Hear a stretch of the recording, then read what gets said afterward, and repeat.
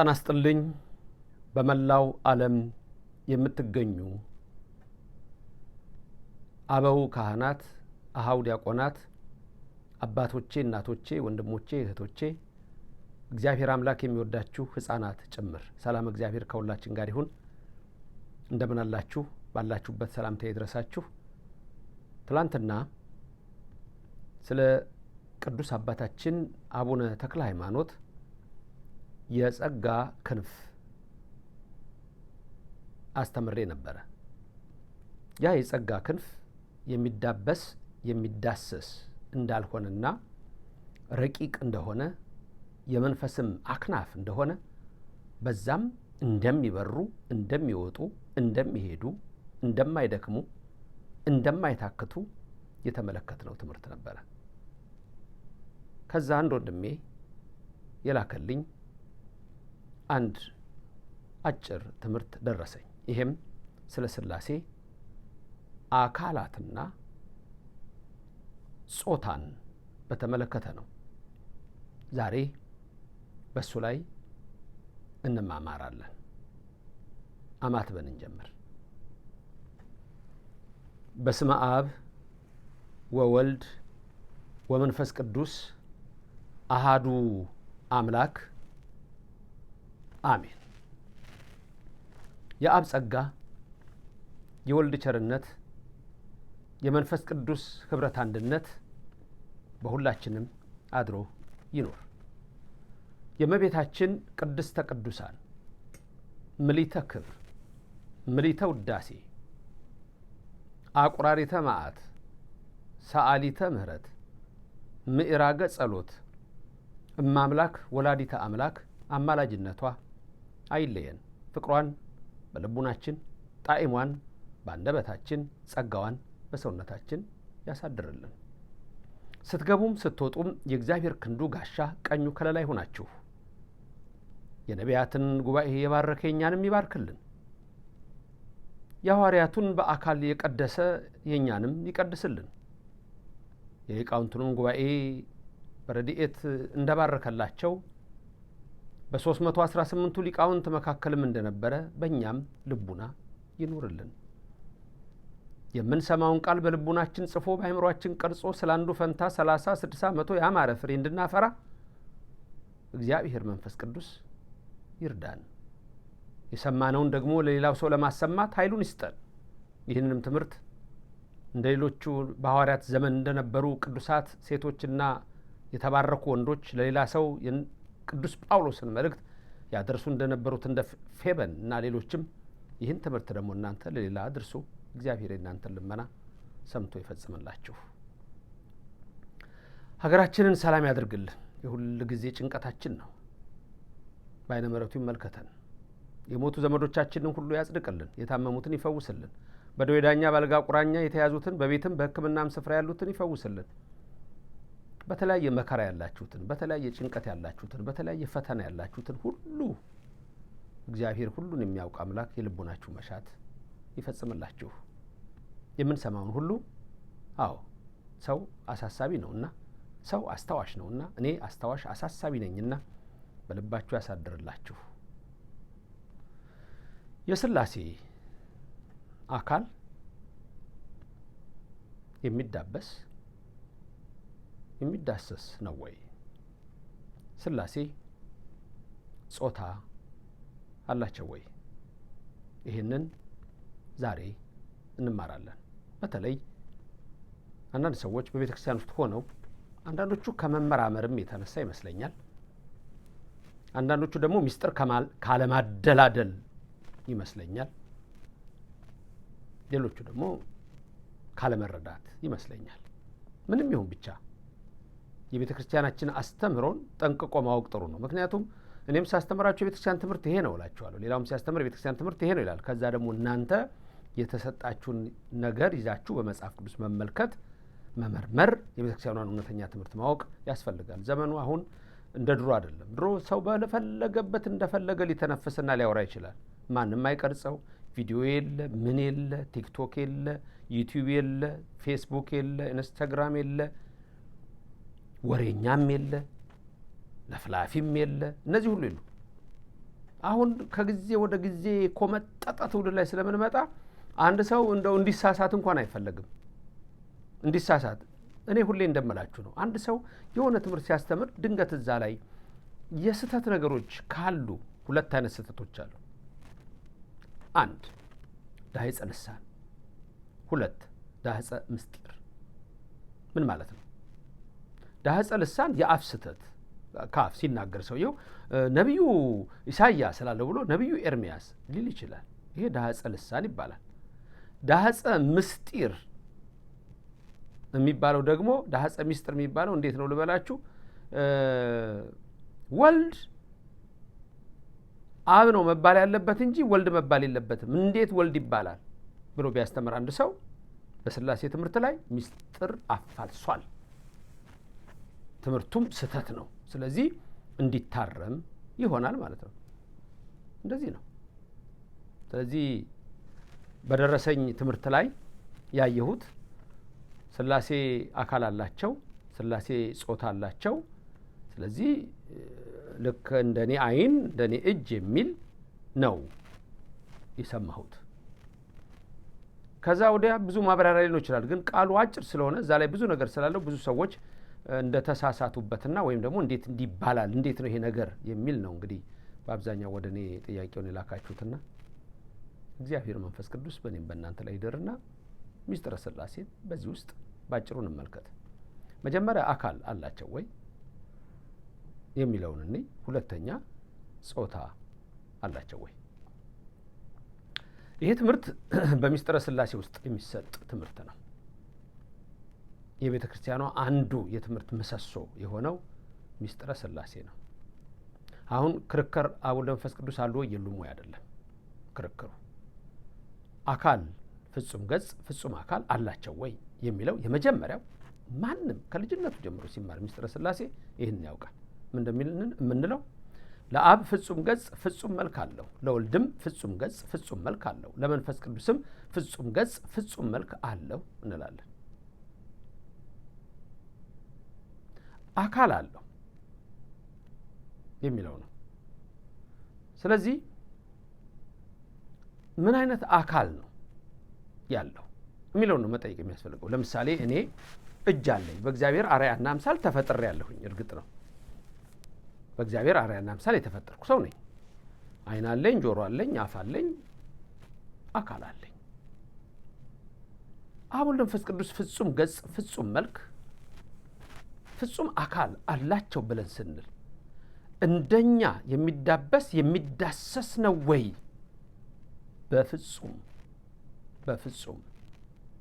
በምስጢረ ሥላሴ ትምህርት በሥላሴ ነገር በነገረ ሥላሴ አብ ወልድ መንፈስ ቅዱስ የሚዳበስ የሚዳሰስ አካል የላቸውም። መልክ አለው? አዎ። ገጽ አለው? አዎ። ምን አይነት ፍጹም የሆነ አካል ፍጹም የሆነ ገጽ አለው። ፍጹም ግን የሚዳበስ የሚዳሰስ አካል የላቸውም። የሚዳበስ የሚዳሰስ። እኔ አንድ ጊዜ የኢትዮጵያ ኦርቶዶክስ ተዋሕዶ ቤተክርስቲያን ቴሌቪዥን ላይ ይህንን ትምህርት አስተምሬ ነበር። አንድ ሰው እንዴት እንደዚህ ይባላል ብሎኝ አልተግባባንም ነበረ። በኋላ አንድ ቀን ነው ድንገት ተገናኝተን የተማረ ሰው ስለሆነ ስንነጋገር እንደዚህ መስሎኝ ነው አለኝ። አይ በዚህ መልክ ነው እኮ አልኩት። ተነጋገርን። ከዛ ውስጥ ብዙ ሰው ዛሬ በሚሰጡ ነገሮች ውስጥ አጠቃላይ ምንድነው የእግዚአብሔር ባህሪን ራሱ መመርመር ያስፈልጋል። ቆይ እስቲ ነፋስ ቦታ ይዛል አይዝም? ይዛል አይዝም? ነፋስ ይይዛል።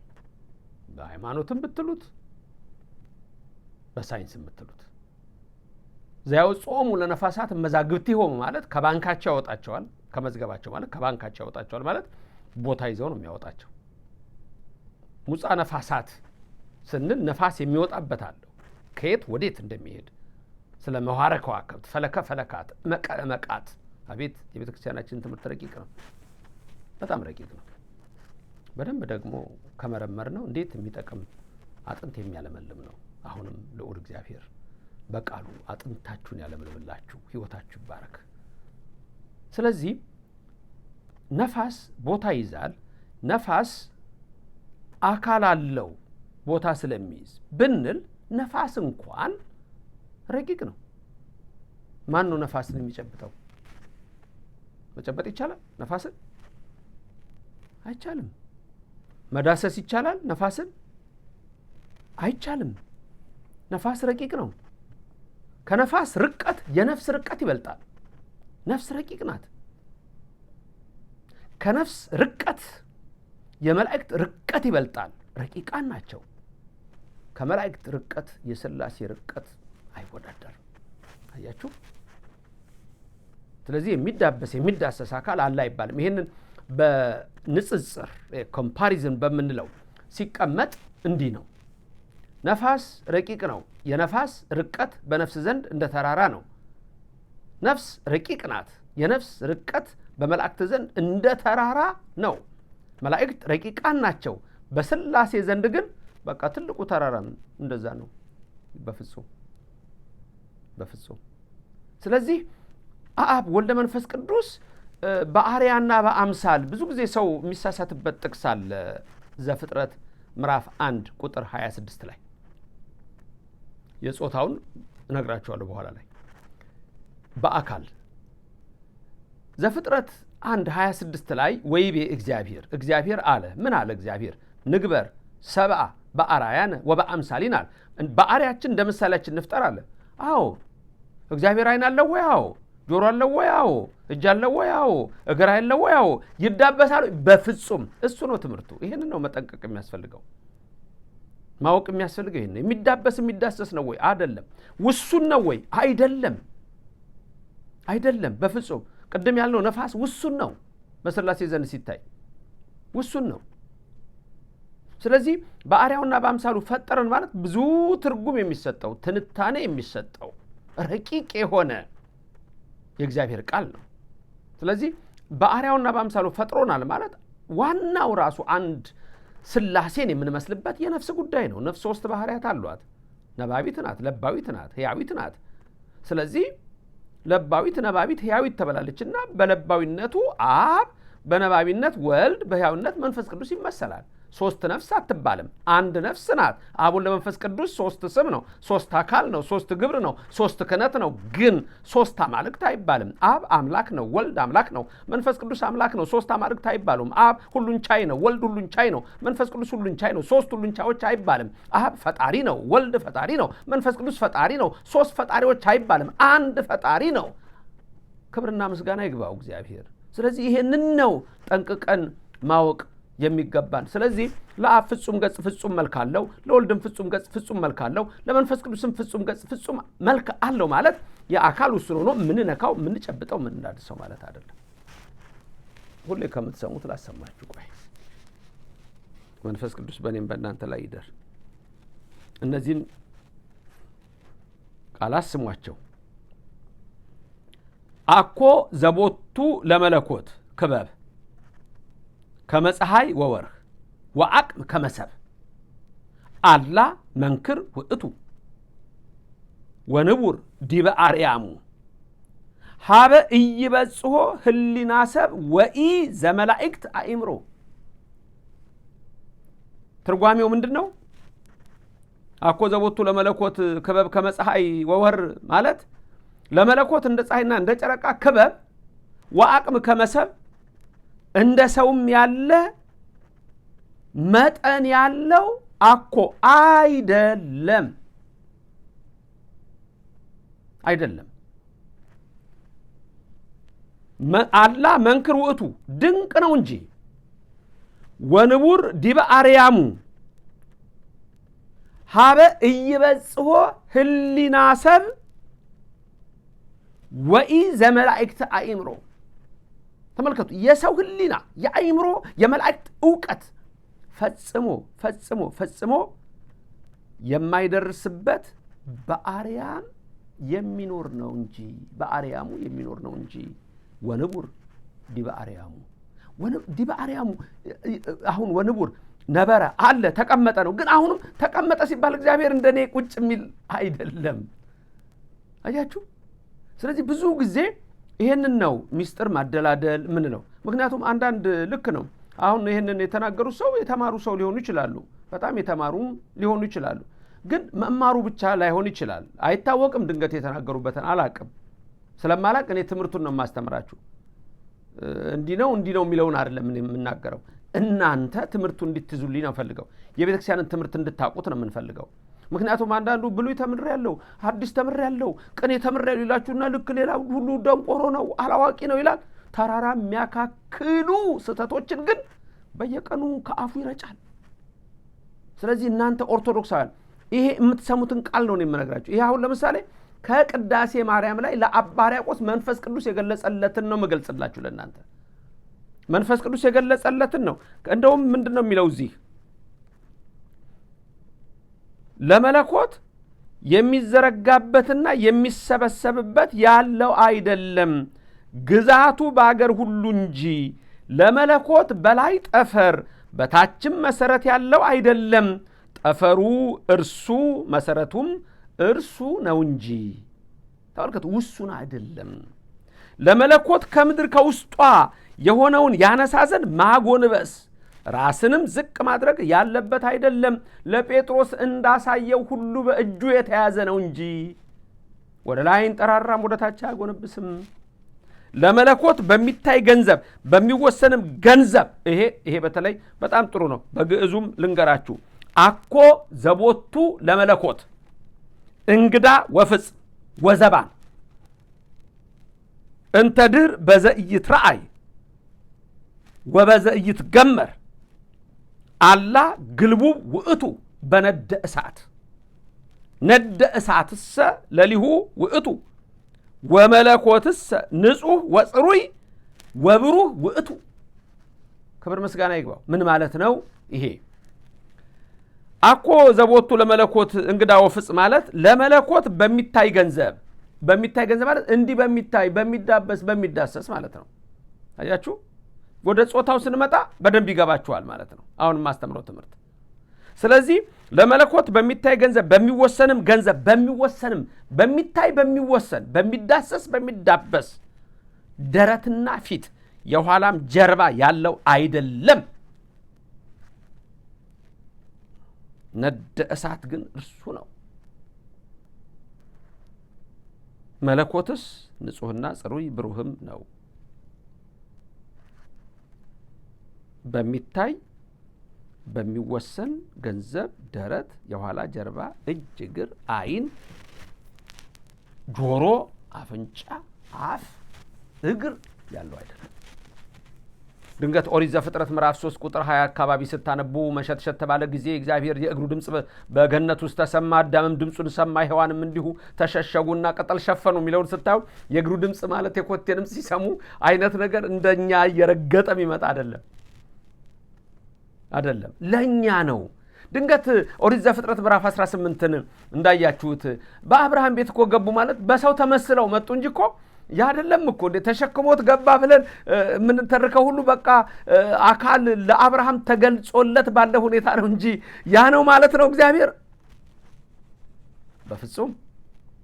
በፍጹም።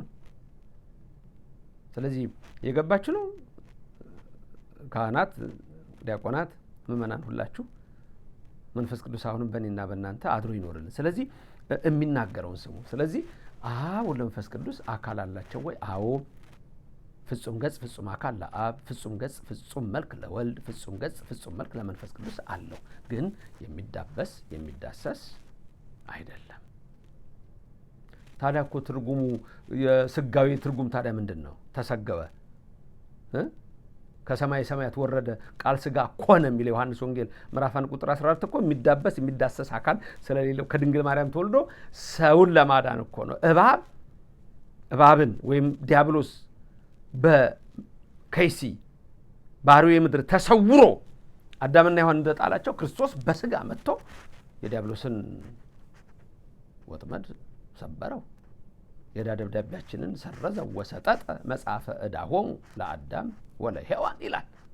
ተሰረዘልን። በትስብእቱ ተረግጦ በመለኮቱ አቅልጦ ምንለው ዮርዳኖስን የዕዳ ደብዳቤ ይሄ ነው። ተሰቀለ ተቸነከረ የምንለው እኮ ከቅድስተ ቅዱሳን ከድንግል ማርያም በነሳው ስጋ ነው። መለኮት በተዋህደው ስጋ ማለት ነው። ስለዚህ አሁን ዋና የፈለኩት ምንድን ነው? አብ ወልድ መንፈስ ቅዱስ ስንማር በስም 3 አዎ አብ ወልድ መንፈስ ቅዱስ በግብር 3 አዎ አብ አባት ወልድ ልጅ መንፈስ ቅዱስ ሕይወት። በአካል 3 አዎ አብ ፍጹም ገጽ ፍጹም አካል አለው፣ ወልድም ፍጹም ገጽ ፍጹም አካል አለው፣ መንፈስ ቅዱስም ፍጹም ገጽ ፍጹም አካል አለው። ይዳሰሳል ወይ? በፍጹም። ይዳበሳል ወይ? በፍጹም። ይታያል ወይ? በፍጹም። ይወሰናል ወይ? አይወሰንም። 1 አይታይም፣ 2 አይወሰንም፣ 3 አይዳበስም፣ 4 አይዳሰስም። ይሄ ነው የቤተ ክርስቲያናችን ትምህርት። ቀጥሎ ወደ ጾታው እንሄድ። እንግዲህ ታዲያ አሁን ወደ ጾታው ስንሄድ በደንብ ማስተዋል ያለባችሁ ጾታ ለሁሉም ይሰጣል፣ የማይኖራቸውም ይኖራሉ። ለምሳሌ በእንግሊዝኛው ጀንደር ብለን ስንል ሜል አለ፣ ፊሜል አለ። ዋናው ጾታ ወንድ ሴት ተብሎ የሚሰጥ ነው። ኮመን የሆኑ በግራመር ትምህርቶች ላይ የወል የምንለው እሱ ለግራማቲካል ትምህርት ነው እንጂ ለምሳሌ እስቲ ቀላል ጥያቄ ልጠይቃችሁ። በቤታችሁ ውስጥ አሁን በር አለ አይደል? መዝጊያ ወይም በር የምንለው ብዙ ጊዜ ይሄ መግቢያው ነው በሩ። ይሄ እኛ በሩን ዝጋው የምንለው ይሄንን ክፍተቱን ዝጋው። እንደዚህ አይነት ነገሮች ስነግራችሁ በደንብ እንድትይዙልኝ ይፈልጋለሁ። በነገራችን ላይ አንዳንድ ነገሮች ስነግራችሁ ይሄ ከባህል አኳያ ባለፈው አቁራሪ ተማት ስንማር ቁር ማለት እንዴት ደጋ ማለት ቀዝቃዛ ማለት እንደሆነ እንዳነሳዋቸው አሁን ደግሞ ይሄንን በዚህ መሀል እስቲ ልንገራችሁ፣ ችግር የለም። መዝጊያና በር ልዩነቱን ታውቃላችሁ? መዝጊያና በር ማለት ይሄ ነው። ይሄ ክፍተቱ በር ነው። ይሄ ክፍተቱ በር ነው። መዝጊያ ማለት ደግሞ ይሄን የሚዘጋው የሚከፈተው የሚዘጋው እሱ መዝጊያ ነው። በሩን ዝጋው ስንል ይሄንን የተከፈተውን ዝጋው ነው። ስለዚህ እኛ ግን ምን ይመስለናል? በር የሚባለው ይሄ መዝጊያው ይመስለናል። ገባችሁ? አውቅ ነበር አላውቅም ነበር። አሁንም እንደተለመደው ትነግሩኛላችሁ። ለመሰላችሁ ደስ ይለኛል፣ ያበረታኛል፣ ብዙ እንድነግራችሁ ይገፋፋኛል። ለምን? በዚያን ነገር ላይ በጣም ብዙ ነገሮች ናቸው። በዚህ በኑሯችን ላይ አንትሮፖሎጂካል፣ ሶሻል አንትሮፖሎጂካል፣ ባዮሎጂካል አንትሮፖሎጂ፣ ሶሻል አንትሮፖሎጂ፣ ካልቸራል አንትሮፖሎጂ፣ ሊንግዊስቲክ አንትሮፖሎጂ፣ እነዚህን በደንብ ገና የምነግራችሁ ብዙ ይኖረኛል። ኢትዮጵያ ቤተክርስቲያናችሁ ኦርቶዶክስ ተዋሕዶ ቤተክርስቲያን ምን ያህል ሌላውን ዓለም እንደቀደመች ሁሉ የምታዩበት ነው። ይህም ብዙዎች አይፈልጉም አውቃለሁ። ውስጥም ያሉ የተሐድሶ ቄስነን መሪጌታንን የሚሉ ተሐድሶውያን፣ ውጭም ያሉ ከሃዲያን አላውያን አይስማሙም፣ አይወዱትም። ለምን? የኢትዮጵያ ባህል እንዲጠፋ ስለሚፈልጉ ነው። በርና መዝጊያን ማወቅ ራሱ ቀላል ነገር አይደለም። ምን ይጠቅመኛል ካልክ መብት ነው፣ አይጠቅምህም። ይጠቅመኛል ካልክ ይጠቅመሃል። እንደሱ ነው። የሚጠቅማቸው ሰዎች ስላሉ ደስ ይለኛል። በሩን ዝጋው ትላላችሁ ወይም በሯን ዝጋት። በአብዛኛው በሩን ዝጋው ነው። በር ጾታ አለው። በንግግሩ ላይ ተመልከቱ፣ ወንድ ነው አይደለ? በሩን ዝጋው ከተባለ ወንድ ነው። እሺ ፀሐይ ጾታ አላት አልኩ አሁን ራሱ። ወይም ፀሐይ ጾታ አለው። ግን እንደንግግራችሁ ፀሐይ ወጣ ትላላችሁ ወይስ ፀሐይ ወጣች? ፀሐይ ወጣ ትላላችሁ። ግን በአብዛኛው የምትሉት ምንድን ነው? ፀሐይ ወጣች። ጨረቃው ምን ይመስላል ነው የምትሉት? ጨረቃዋ ምን ትመስላለች ነው የምትሉት? ተመልከቱ። አሁን ይሄ ምንድን ነው? ጾታ ነው። ለምሳሌ ነፍስና ስጋ ነው ሰው ማለት። ስጋ ጾታው ምንድን ነው? ነፍስ ጾታው ምንድን ነው? ወይስ ስጋ ጾታዋ ምንድን ነው? ነፍስ ጾታዋ ምንድን ነው?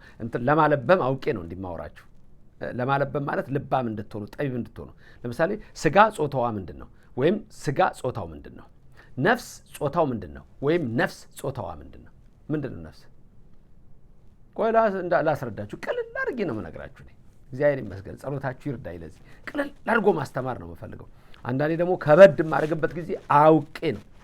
ሁል ጊዜ እንደዚህ ወተት እንዲግቱ አያስፈልግም። እንዲግቱሽ ጠንከር ያለ ነገር እንኳ አውቃለሁ አይደለም ለእናንተ ሌሎችም እንደሚጠጥርባቸው አውቃለሁ።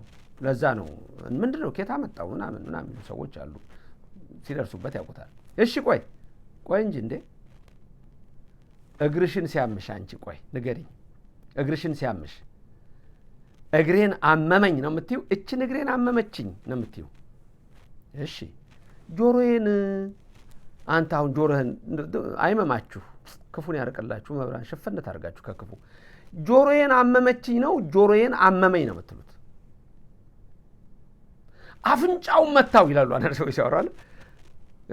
አፍንጫውን ነው የሚሉት። አፍንጫዋን መታው ከተባለ ለሴት ሊሆን ይችላል። ግን አፍንጫ አሁን አንድ ሴት ራሱ አፍንጫዬን አመመኝ ስትል አመመችኝ አትልም። ውይ ይሄ እጄ ዛሬ አስቸግሮኛል ነው እንጂ እቺ እጄ አስቸግራኛለች። አሁን ይሄ ማውራችሁ በቋንቋ ረገድ የምንለው ነው። ጾታ አለው ሁሉ ነገር። እችን መስቀሏን አሳልመኝ አይደለም የምትሉኝ፣ መስቀሉን አሳልመኝ ነው የምትሉት። ጾታ የወንድ። ስለዚህ አብ ወልድ መንፈስ ቅዱስ ጾታ አላቸው ወይ? አላቸው።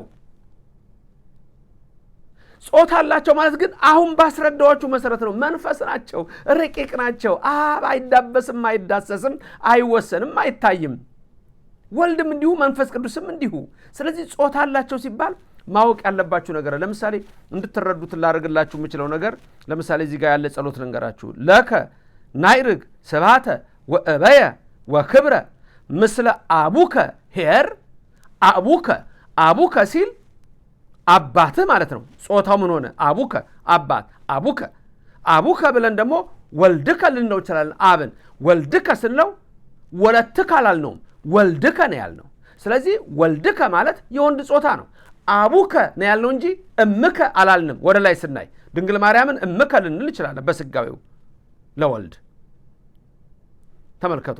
ስለዚህ አሁን ምስለ አቡከ ኄር ሰማያዊ ወመንፈስ ቅዱስ ማህያዊ ለዓለም ዓለም አሜን። ወመንፈስ ቅዱስ ማህያዊ ተመልከቱ። አቡከ ወልድከ ወመንፈስ ቅዱስ ማህያዊ። ማህያዊት አይደለም፣ ማህያዊ ነው። እዚህ ጋር ነገር ልንገራችሁ። መንፈስ በዕብራይስጡ በነገራችን ላይ ፌሚኒን የሴት ጾታም የሚኖረው አለ። ከኛ ጋር የአይሁድ እምነት በጣም ብዙ አብሮ ስለነበረ መንፈስ ቅዱስን አንዳንድ ቦታ ላይ እንደ እናት የምናይበት ክፍል አለ። ለምሳሌ ሰው ማዕድ ሲሰጥ ትምጻ በረከተ አብ ወልድ መንፈስ ቅዱስ ብሎ ሲሰጥ አንዳንድ ሰዎች ሰምታችኋል። ትምጻ መንፈስ ቅዱስ የሚሉ አሉ። ይምጻ ወይም ይምጻ ባጭሩ እንደዚሁ ይምጻ መንፈስ ቅዱስ እንጂ ትምጻ መንፈስ ቅዱስ የሚሉ ሰዎች ሊኖሩ ይችላሉ። ከአይሁድ እምነት ጋር ባለን ያነጋገር ስልት ያይኑረን እንጂ ወመንፈስ ቅዱስ ማህያዊት አይደለም። ስለዚህ ጾታ አላቸው ወይ? አዎ አላቸው። ቅዳሴ ለምሳሌ ሲጀመር ባለፈው ብያቸዋለሁ። ካህኑ ልክ ሊጀምር ሲል ሚ መጠን ግርምት ዛቲ ዕለት ወእጽብት ዛቲ ሰዓት እንተባቲ ይወርድ መንፈስ ቅዱስ እመልዕልተ ሰማያት ወይጼልሎ ለዝንቱ መስዋዕት ወይ ቀድሶ። አሁን እዚህ ጋር እንተባቲ ይወርድ መንፈስ ቅዱስ ነው ያለው። ተወርድ አላለም። ይወርድ ማለት ይወርዳል ነው። ተወርድ ማለት ትወርዳለች ነው። ስለዚህ መንፈስ ቅዱስ ይወርዳል ብሎ ነው የሚናገረው። ከዚህ የተነሳ እንግዲህ አብ ወልድ መንፈስ ቅዱስ አላቸው ወይ አካል ለሚለው አዎ አላቸው፣ አካል አላቸው። ያ አካል ግን እንዳልኳችሁ የሚዳሰስ አካል ነው ወይ ካላችሁኝ የሚዳበስና የሚዳሰስ አካል ግን አይደለም። መልካም፣ ሌሎችንም ጥቅሶች ላሳያችሁ። አሁን ልክ የመንፈስ ቅዱስን እንደተመለከትነው የአብን የወልድን የመንፈስ ቅዱስን ነገር እንደምናይ ቅዳሴ ላይ ልውሰዳችሁና ቅዳሴ ስታስቀድሱ አሁን ልክ እንደዚህ ይጀምራል እንዳልኳችሁ። ካህኑ እጁን ዘርግቶ የሚለው ቃል አለ። ከዛ በፊት ቡራኬ አለ የምትሰሙት። ቡሩክ እግዚአብሔር አባዜ ኩሉ ዓለም አምላክነ ወቡሩክ ወልድ ዋሕድ እግዚእነ ኢየሱስ ክርስቶስ መድኃኒነ ወቡሩክ መንፈስ ቅዱስ ጰራቅሊጦስ መጽንዒ ወመንጽሔ ለኩልነ ወይም ኩልነ ይላል። አሁን ቡሩክ ነው ለሶስቱም የተጠቀመው። ለአብም ቡሩክ ነው፣ ለወልድም ቡሩክ ነው፣ ለመንፈስ ቅዱስም ቡሩክ ነው። ቡሩክ እግዚአብሔር አብ ኀዜ ኩሉ ዓለም አምላክነ ወቡሩክ ወልዱ አሐዱ እግዚእነ ኢየሱስ ክርስቶስ መድኃኒነ ወቡሩክ መንፈስ ቅዱስ ጰራቅሊጦስ መጽንዒ ወመንጽሔ ለኩልነ። ቡሩክ ቡሩክ ቡሩክ ነው እንጂ ቡሩክ አልተጠቀመም። ስለዚህ ጾታ ምንድን ነው ማለት ነው? በወንድ ጾታ ነው የሚነገረው። አቡነ ዘበሰማያት ብለን የምንጸልየው እምነ ዘበሰማያት ብለን አንጸልይም። አባታችን ሆይ በሰማይ የምትኖር ነው። ስለዚህ ጾታው ይሄን ይመለከታል። ቅዳሴ ላይ ሁሉ የምታውቁትን ነገር የምነግራችሁ በቀላሉ እንዲገባችሁ ስለምፈልግ ነው። አሃዱ አብ ቅዱስ፣ አሃዱ ወልድ ቅዱስ፣ አሃዱ ውእቱ መንፈስ ቅዱስ ነው አይደለም? ቄሱ የሚያዘመው ምን ማለት ነው? አንዱ አብ ቅዱስ ነው፣ አንድ ወልድ ቅዱስ ነው፣ አንዱ መንፈስ ቅዱስ ቅዱስ ነው። አብ አንድ ነው፣ ወልድ አንድ ነው፣ መንፈስ ቅዱስ አንድ ነው። አብ ወልድ መንፈስ ቅዱስ ስንት ሆነ? 3 በምን? በስም በምን? በአካል በምን? በግብር። ስለዚህ ግን 3 አማልክት ተብለው አይጠሩም። አሃዱ አብ ቅዱስ፣ ቅድስት አይደለም፣ ቅድስት አይደለም። ቅድም ቡሩክት አይደለም እንዳልኳችሁ። ስለዚህ አንዱ አብ ቅዱስ ነው፣ አንዱ ወልድ ቅዱስ ነው፣ አንዱ መንፈስ ቅዱስ ቅዱስ ነው። ከዛ እናንተ ደግሞ ምንድን ነው የምትሉት? በአማን አብ ቅዱስ፣ በአማን ወልድ ቅዱስ፣ በአማን ውእቱ መንፈስ ቅዱስ። እናንተ ምን ትላላችሁ? በእውነት አንዱ አብ ቅዱስ ነው፣ በእውነት አንዱ ወልድም ቅዱስ ነው፣ በእውነት አንዱ መንፈስ ቅዱስ ቅዱስ ነው፣ በእውነት አንዱ አብ ቅዱስ ነው፣ በእውነት አንዱ ወልድ ቅዱስ ነው፣ በእውነት አንዱ መንፈስ ቅዱስ ቅዱስ ነው። አያችሁ? ስለዚህ ቅዱስ ቅዱስ ቅዱስ የሚለው ቃል ራሱ አሃዱ አሃዱ አሃዱ የሚለው ቃል ራሱ ጾታውን ያሳያችሁ። ለምን አሃዱ አሃዱ አሃዱ አይልም ነበር? ምን ይላል በግዕዙ ስንሄድ? መቼ ነው ግን ግዕዝን የምንማር? አላቅላችሁም። ይሄን እናንተ ንገሩኝ። አሃዱ አሃዱ አሃዱ የሚለውን ምን ነበር ማለት የነበረበት መሰላችሁ? አሃቲ አሃቲ አሃቲ። ጾታው ሴት ቢሆን ኖሮ ለሴት አሃቲ ነው የምንለው፣ ለወንድ አሃዱ ነው የምንለው። አያችሁ? ስለዚህ በዚህ መንገድ ስታዩት አብ ወልድ መንፈስ ቅዱስ ጾታ አላቸው። ጾታ አላቸው ሲባል ግን ቅድም በነገርኳችሁ ይሄ መስቀል ነው አልኳችሁ። መስቀል ናት አላልኩም። መስቀል ነው ስል ጾታ አለው ግን እና የሰማሁት ትምህርት አስደንግጦኛል በእውነቱ። ስለዚህ በዚህ መልክ እንድታዩት ያስፈልጋል። አባቶቻችን 318ቱ ሊቃውንት በኒቅያ ጉባኤ እንደገና ደግሞ በኤፌሶን በቁስጥንጥንያ የተሰራው የጸሎት ሃይማኖት ተብሎ የሃይማኖት ጸሎት ማለት የሃይማኖት እምነት ትምህርት ጠቅሎ ሁሉን ነገር በያዘው ላይ የምትመለከቱት ያን ወነአምን በአብ ነው፣ ወነአምን በወልድ ነው፣ ወነአምን በመንፈስ ቅዱስ ነው። ሌላ የምንለው ነገር የለንም። እግዚእ ማሕየዊ ዘሰረጸ እምአብ እያልን ነው የምንለው። ስለዚህ አብን ወልድን መንፈስ ቅዱስን የምናነሳበት ትምህርት ነው የሚሆነው። ሌላው የተማራችሁ ሰዎች በተለይ በብሉይ በሐዲስ የተማራችሁ ሰዎች ተምሮ ብቻ ያንን ነገር ይዞ መውጣት አይደለም። በተለይ ደግሞ ቅኔ የተማሩ ሰዎች መጽሐፍ መማር ደግሞ በጣም አስፈላጊ ነገር ነው። ያ ካልሆነ ቅኔው ጥሩ ትርጓሜን ለመረዳት የግዕዙ ጸባይ እጅግ ጠቃሚ ነው፣ በር ነው። እዛው ላይ ቀርቶ ብሉይ የተማረው ሐዲሱን ሳያቅ፣ ሐዲሱ የተማረው ብሉይን ካላወቀ የብሉዩ ሐዲሱን ሊንቅ ነው፣ የሐዲሱ የብሉይን ሊንቅ ነው፣ የቅኔው ሌላውን ሊንቅ ነው፣ ሌላው እሱን ሊንቀው ነው። አሁን ትልቁ የቤተክርስቲያናችን ችግር እሱ ነው። በእውቀት ሰው አይከበርም። አውቃለሁ ብቻ ነው። አውቃለሁ እንዴት እንዲህ ይላል። በተለይ አሁን ቲክቶኩ ሶሻል ሚዲያው ተመችቷል። በቃ እየቀረበ በቃ እንዳሻው ነው የሚያወራውና ለእናንተም መክረው ምክር ምንድነው? በተለያየ አቅጣጫ ማየት ያስፈልጋል። በተለያየ አቅጣጫ ለምሳሌ መልክአ ሥላሴ አለ። አካል እንዳላቸው ይናገራል። አዎ አላቸው። ሰላም ለአብ ወለወልድ ቃሉ ወለመንፈስ ቅዱስ ሰላም ዘአካሎሙ አካሉ የሚል የመጀመሪያው ላይ ያለ አለ። ያ ማለት ምንድነው? የአብ ወልድ መንፈስ ቅዱስን ሩይ የሆነ ሩይ ማለት ትክክል ማለት ነው።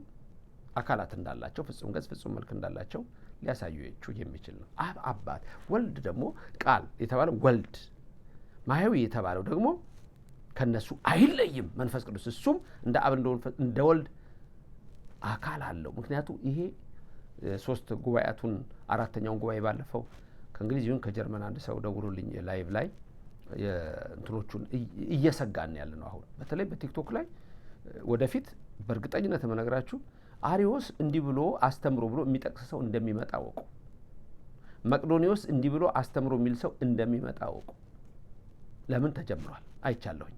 የኢትዮጵያ ቤተክርስቲያን ምንም እንደማትለይ ወይም ደግሞ ሌሎች ነገሮችን በማሰብ የካዲያን ትምህርት በማስገባት ላይ ያሉ ሰዎች አሉ። ባለፈው ስለ ታቦቱ ስነግራችሁ በደንብ ያየሁት ነገር እሱ ነው። አደገኛ አካሄድ በቤተክርስቲያናችን ውስጥ እየመጣ ነው ያለው። ሶሻል ሚዲያው ላይ ነው። ያን ደግሞ አባቶች አዩ፣ ሌሎቹም አይመለከቱም። እናንተ ናችሁ ብዙ ጊዜ ልታዩት የምትችሉትና አደገኛ ፍሬን የበጠሰ አካሄድ አይቻለሁኝ። ተማርንም የሚሉ አልተማሩም የተባሉትም ጭምር ያና ያለው። ሰላም ለገጽክሙ የሚል አለ መልክዓ ሥላሴ ላይ። ለምሳሌ ለአብ ለወልድ ለመንፈስ ቅዱስ ለየብቻው ሲሆን ለገጽከ ተብሎ ይነገራል። ለየብቻው ለገጽከ ማለት ለዚህ ለገጽህ ነው። ለሥላሴ ሲሆን ግን ለገጽከ የሆነው ወደ ምን ይመጣል? ገጽከ የሆነው ገጽክሙ ይመጣል። ለገጽከ የሆነው ለገጽክሙ ይመጣል። ስለዚህ መልክዓ ሥላሴ ላይ የምታገኙት ሰላም ለገጽክሙ እምአይነ ፍጡራን ዘተሃባ ነው። እምአይነ ፍጡራን ዘተሃባ፣ ይሄ ገጽ ይሄ አካል ከሰው አይን የተሸሸገ ነው። የሚታይ የሚዳበስ አይደለም። ሀባአ ማለት ሸሸገ፣ ሸፈነ ወይም ረቂቅ ለሆነ ነገር የምንጠቀምበት ነው። ስለዚህ ሰላም ለገጽክሙ ብሎ አይነ ፍጡራን ዘተሃባ ብሎ ነው የሚያመጣው። ብዙ ያስተማርኳችሁ መሰለኝ አይደለም ወገኖቼ? ግን እንደያዛችሁት ተስፋ አድርጋለሁ። ልደምድመው። እናንተ ደግሞ የሰማችሁትን ለሌላ ሰው አሰሙ። ሁላችሁም ደግሞ ላይክና ሼር አድርጋችሁ ሰው እንዲደርሰው የራሳችሁን አስተዋጽኦ አድርጉ። አዲስ የሆናችሁ ደግሞ በየቀኑ መማር ስላለባችሁ ሰብስክራይብ አድርጉ። ባለፈው ብያችኋለሁ፣ በጣም ብዙ ሰው ሰብስክራይብ ያደርገው ብያችኋለሁ። እንኳን ወደ እግዚአብሔር ቤት በሰላም መጣችሁ። ሁላችሁ የእግዚአብሔር ጉባኤ ነው የምንማረው፣ መጽሐፍ ነው የምንማረው፣ ቅዳሴ ነው የምንማረው፣ ብሉይ ነው የምንማረው፣ አዲስ ነው የምንማረው። እኔ ሁሉንም ነው የማስተምራችሁ። እንደ አቅሜ ደግሞ ሁሉንም ተምሬ ነው እንጂ ሳልማር የማስተምረው ትምህርት የለኝም። መልካም። አብ ወልድ መንፈስ ቅዱስ ወይም ሥላሴ እግዚአብሔር አካል አለው። አዎ አካል አለው። ለአብ ፍጹም ገጽ፣ ፍጹም መልክ፣ ፍጹም አካል፣ ለወልድም ፍጹም ገጽ፣ ፍጹም መልክ፣ ፍጹም አካል፣ ለመንፈስ ቅዱስም ፍጹም ገጽ፣ ፍጹም መልክ፣ ፍጹም አካል። ይህ አካል ግን አንድ የሚታይ፣ ሁለት የተወሰነ፣ ሶስት የሚዳሰስ፣ አራት የሚዳበስ ነው ወይ? አይደለም፣ በፍጹም። መልካም።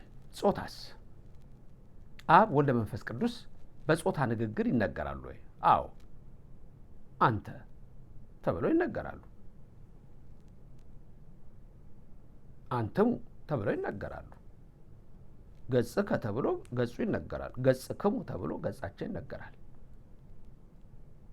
ግን ጾታ ስንል ይግባችሁ፣ በነገርኳችሁ ይሄን መጽሐፍ አነበብኩት ብላችሁ ይሄ መጽሐፍ ጾታ አለው ማለት አይደለም። የኢትዮጵያ ቤተክርስቲያን ትምህርት ይሄ አይደለም።